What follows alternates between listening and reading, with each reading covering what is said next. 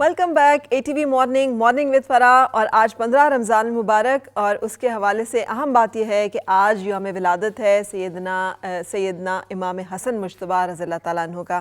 15 رمضان کو 3 ہجری میں ولادت ہوئی ہے ان کی حضرت علی المرتضیٰ کرم اللہ وجہہ علیہ اور حضرت فاطمۃ الزہرا رضی اللہ تعالیٰ عنہ کے گھر پہ.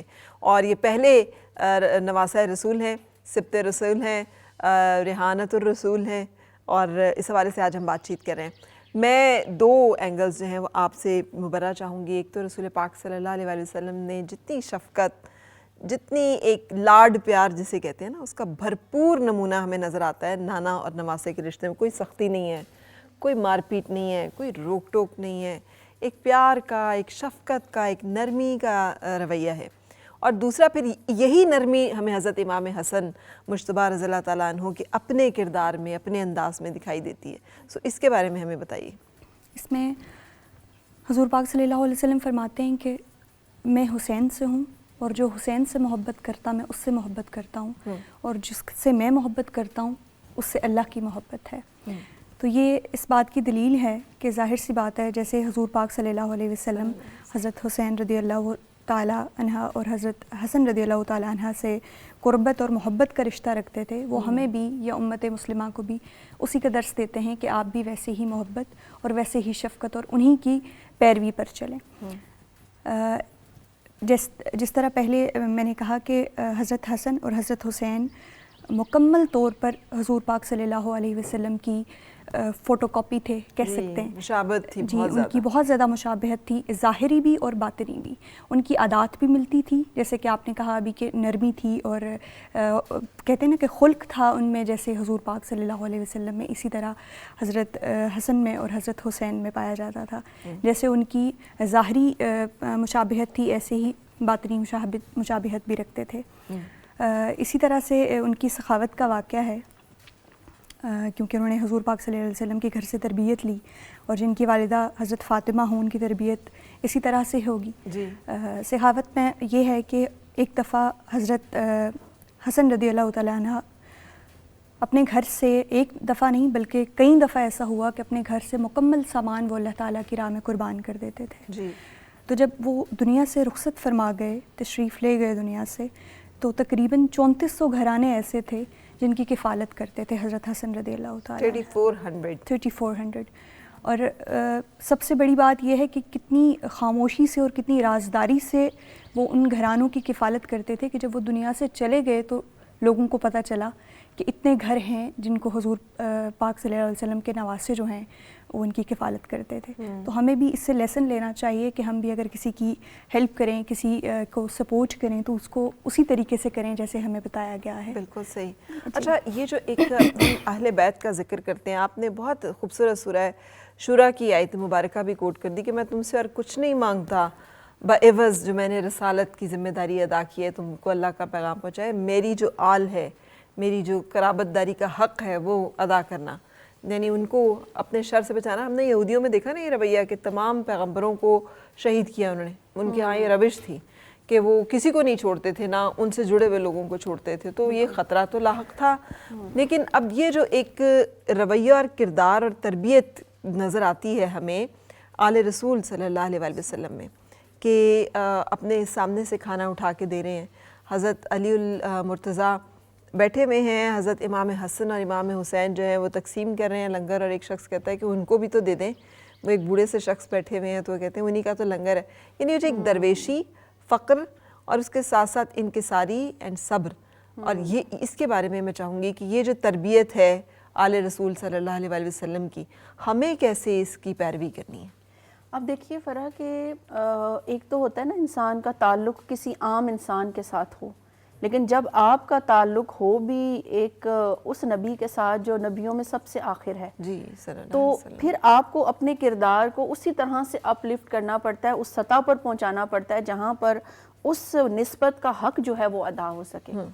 اب یہ جو نسبت نبی اکرم صلی اللہ علیہ وآلہ وسلم کے ساتھ سیدنا امام حسن اور سیدنا امام حسین علیہ السلام کو نصیب ہوئی، یقیناً انہوں نے ہر مرحلے پر اس کا لحاظ، اس کا پاس رکھا اور اس کو ثابت کرنے کی کوشش بھی کی. جیسے آپ صلی اللہ علیہ وسلم کا جب ہم آپ کے ساتھ رویہ دیکھتے ہیں تو ہمیں نظر آ رہا ہے کہ اگر آپ ممبر پر تشریف فرما ہو کر لوگوں سے خطاب فرما رہے ہیں اور اس دوران امام حسن علیہ السلام بہت بچپن میں یا امام حسین علیہ السلام تشریف لاتے ہیں تو آپ اپنے ممبر سے نیچے اتر کر ان کو اٹھاتے ہیں, اپنی گود میں بٹھاتے ہیں اور پھر لوگوں سے گفتگو فرماتے ہیں. جی. دوسری طرف ہم آپ کا رویہ یہ دیکھتے ہیں کہ اگر دوران نماز ان شہزادوں میں سے کوئی ایک آپ کی پشت مبارک پر آ کر چڑھ جاتا ہے تو سجدے سے سر نہیں اٹھاتے جب تک کہ وہ خود اپنی خوشی اپنی مرضی کے ساتھ آپ کی پشت مبارک سے نیچے نہیں اتر جاتے. جی. یہاں پر ہمیں یہ رویہ بھی نظر آتا ہے کہ اگر امام حسن علیہ السلام پیاسے ہیں یا امام حسین علیہ السلام پیاسے ہیں اور گھر میں پانی موجود نہیں ہے تو آپ صلی اللہ علیہ وسلم اپنی زبان مبارک ان کو چسواتے ہیں کہ اس سے آپ اپنی پیاس جو ہے وہ بجھا لیں. ہم یہ بھی دیکھتے ہیں کہ آپ صلی اللہ علیہ وسلم ان کو دنیا کے اندر اپنے گلشن کے 2 پھول قرار دیتے ہیں اور صحابہ کرام اس بات کے اوپر گواہ ہیں. وہ کہتے ہیں کہ ہم نے کئی بار دیکھا کہ آپ صلی اللہ علیہ وآلہ وسلم ان کو سونگ رہے ہوا کرتے تھے, حالانکہ آپ صلی اللہ علیہ وسلم کی ذات مبارکہ خود ایسی ذات مبارکہ ہے کہ جس سے ہر وقت خوشبو کے ہلے پھوٹ رہے ہیں نا, پسینہ. حدیث میں ذکر ملتا ہے کہ صحابہ آپ کے پسینے کو لے لیا کرتے تھے کہ خوشبو کے طور پر استعمال کریں.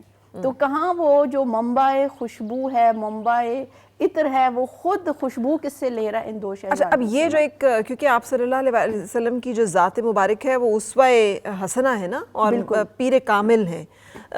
آج کل ہماری مسجدوں میں دیکھیں بچوں کو نہ لے کر آئیں, بچوں کو گھروں پہ چھوڑ کے آئیں, یہ شور کر رہے ہیں یہاں پہ.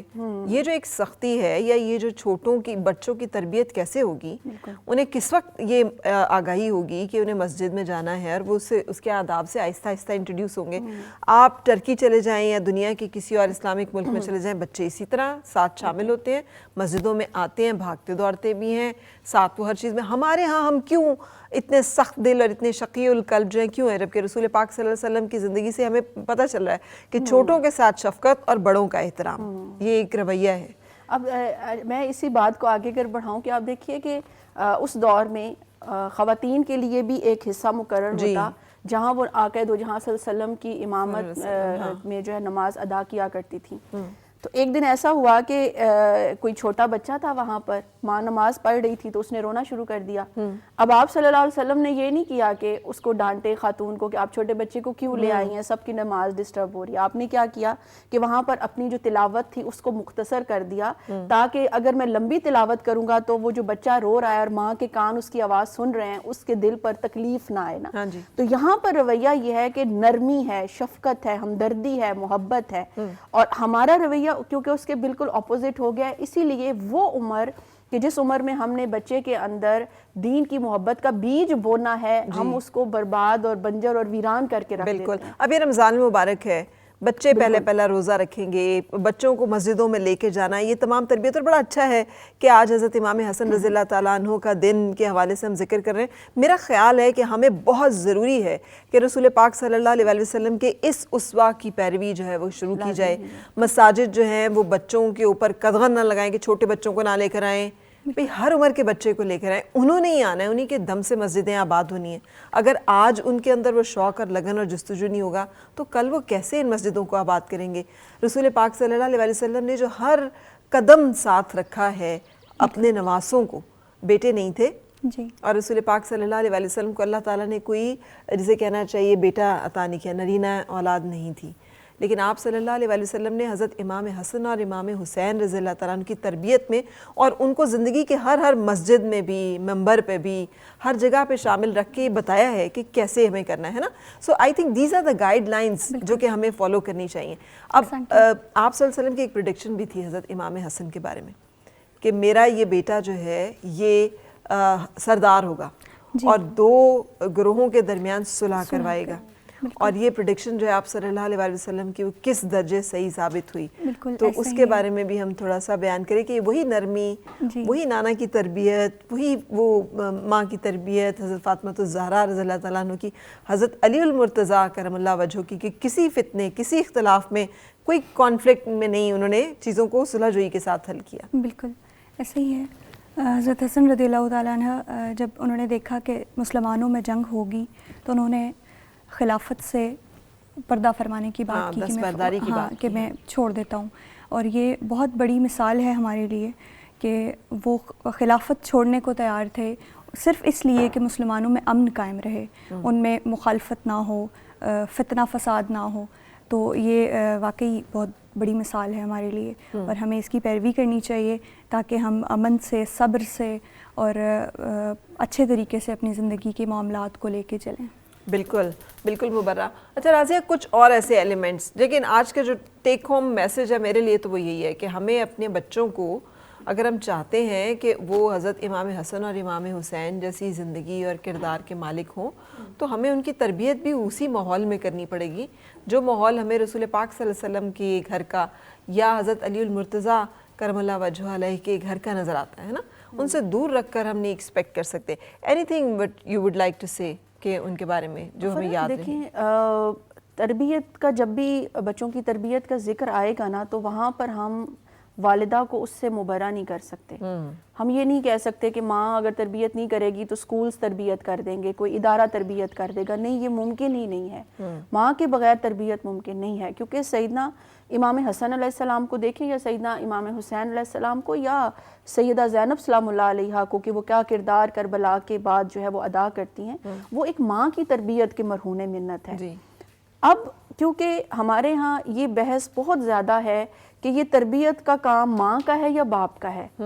وہ بچے بعض اوقات نا ایک شٹل کاک کی طرح بن جاتے ہیں کہ ماں باپ پر ذمہ داری ڈال رہی ہے، باپ ماں کو کہہ رہا ہے کہ تمہاری ذمہ داری ہے کہ تم نے ان کو سنبھالنا ہے. اب میں صحیح سمجھتی ہوں کہ گھر میں والدین کو بیٹھ کر اس چیز کے اوپر سوچنے اور سمجھنے کی ضرورت ہے کہ بالآخر وہ بچہ ریپریزنٹ کر رہا ہوتا ہے ماں کی تربیت کو بھی اور باپ کی تربیت کو بھی. لیکن کیونکہ اللہ تعالیٰ نے ماں کو ایک کردار دیا ہے نا معاشرے کے اندر، اور اس نے معاشرہ سازی کرنی ہے، اس نے شخصیت سازی کرنی ہے، لہذا تربیتی اعتبار سے ذمہ داری ماں کے کندھوں پر زیادہ ہے، کیونکہ وہ اس کے ساتھ بچے وقت زیادہ گزارتے ہیں، اس کی کمپنی میں زیادہ بیٹھتے ہیں. تو اس نے ہر لمحہ دیکھنا ہے کہ میرے بچے کیا اور کس وقت کیا کر رہے ہیں، کیسے کر رہے ہیں، مجھے کس طرح سے انہیں گائیڈ کرنا ہے. اور ابھی کیونکہ اس دور کے چیلنجز بہت زیادہ اس وجہ سے ہو گئے ہیں کہ سوشل میڈیا نے اور ہمارے ہر بچے کے ہاتھ میں جو موبائل ہے، ٹیب ہے، اس نے جو ہے نا بہت، میں سمجھتی ہوں، چیلنجز کو بڑھا دیا ہوا ہے. اب تو ماں کے کندھوں پر پہلے سے بھی زیادہ ذمہ داری آ گئی ہے کہ پہلے تو بچے گلی میں جاتے تھے تو غلط بات سیکھ کے آتے تھے، اب آپ کے بچے گھر میں بیٹھ کر اپنے ہاتھوں میں پکڑ کر سیکھ رہے ہیں. کبھی بھی اس حوالے سے بچوں پر اعتماد نہ کریں کہ موبائل دے دیا وہ اچھی ہی چیز دیکھ رہے ہوں گے، کیونکہ میں یہ سمجھتی ہوں کہ یہ ایک ایسے طوفان کی مانند ہے یہ سوشل میڈیا کی دنیا کہ جب وہ طوفان آتا ہے تو سب کچھ بہا کے لے جاتا ہے. لہٰذا ارلی ایج میں آپ جو ہے وہ بچوں پر توجہ دیں، فوکس کریں. ایک وقت آتا ہے جب ان کی تربیت ہو جائے گی، پھر آپ کے پاس وقت ہے، آپ اپنی دلی خواہشات بھی پوری کریں. اگر کچھ معاشرے کو دینا چاہتے ہیں وہ بھی کریں، لیکن اگر آپ نے معاشرے میں بہت کچھ کر لیا مگر اپنے بچوں کی تربیت نہ کر سکے، انہیں معاشرے کے لیے ایک بہترین انسان نہ بنا سکے، تو یقین مانیں آپ کے ماں ہونے کا، آپ کی عورت ہونے کا کوئی فائدہ نہیں ہے. میں تو یوں سوچتی ہوں. بالکل اپنا کردار جو ہے وہ بھرپور ادا کریں اور پھر اللہ تعالیٰ جو ہے اس میں برکت ڈالے. تھینک یو ویری مچ مبرہ، بہت شکریہ راضیہ، آپ ہمارے ساتھ رہیں. اور رابعہ، جاتے جاتے ہم آپ سے بھی پھر دوبارہ درخواست کریں گے کچھ ایسے اشعار جو کہ ہم منقبت میں اور ان کی شان میں اور ان کے لیے بیان کریں، اور اس کے بعد ہم بریک کے لیے رکیں گے اور بریک کے بعد پھر حاضر ہوں گے. نواسۂ رسول ہے میرے نبی کا پھول ہے، نواسۂ رسول ہے میرے نبی کا پھول ہے، وہ امن کا اصول ہے میرا حسن تیرا حسن، میرا حسن تیرا حسن. علی کو جس پہ ناز ہے سعادتوں کا راز ہے، بڑا ہی پاک باز ہے میرا حسن تیرا حسن، بڑا ہی پاک باز ہے میرا حسن تیرا حسن. علی اور زہرا کا پیارا حسن ہے، نبی کی نگاہوں کا تارا حسن ہے، حسین ان کے بھائی، علی ان کے بابا، میرے نبی کا پھول ہے، نواسہ رسول ہے، میرا حسن تیرا حسن، میرا حسن تیرا حسن.